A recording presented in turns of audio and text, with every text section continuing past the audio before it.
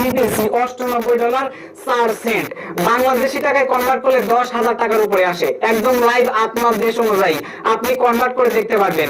একদম A to Z live প্রমাণ সহকারে দেখাবো। এই ভিডিও দেখলে আপনারা ইউটিউবে কত ভিউজে কত টাকা দেয় ইউটিউব, এই টপিকে আর ভিডিও আপনার দেখা লাগবে না। ঠিক আছে, তো কথা না বাড়িয়ে চলো আজকে ভিডিও শুরু করা যাক। হ্যাঁ, ভিডিও শুরু করার পূর্বে ছোট্ট একটা রিকোয়েস্ট, যারা এখনো পর্যন্ত আমাদের এই চরকিটেক ইউটিউব চ্যানেলটি সাবস্ক্রাইব করেনি এবং নেট এক্সপ্লেন, সো তাদের প্রত্যেকের কাছে ছোট্ট একটা রিকোয়েস্ট, অবশ্যই আমাদের এই চ্যানেলটা সাবস্ক্রাইব করে আমাদের পাশে থাকবেন।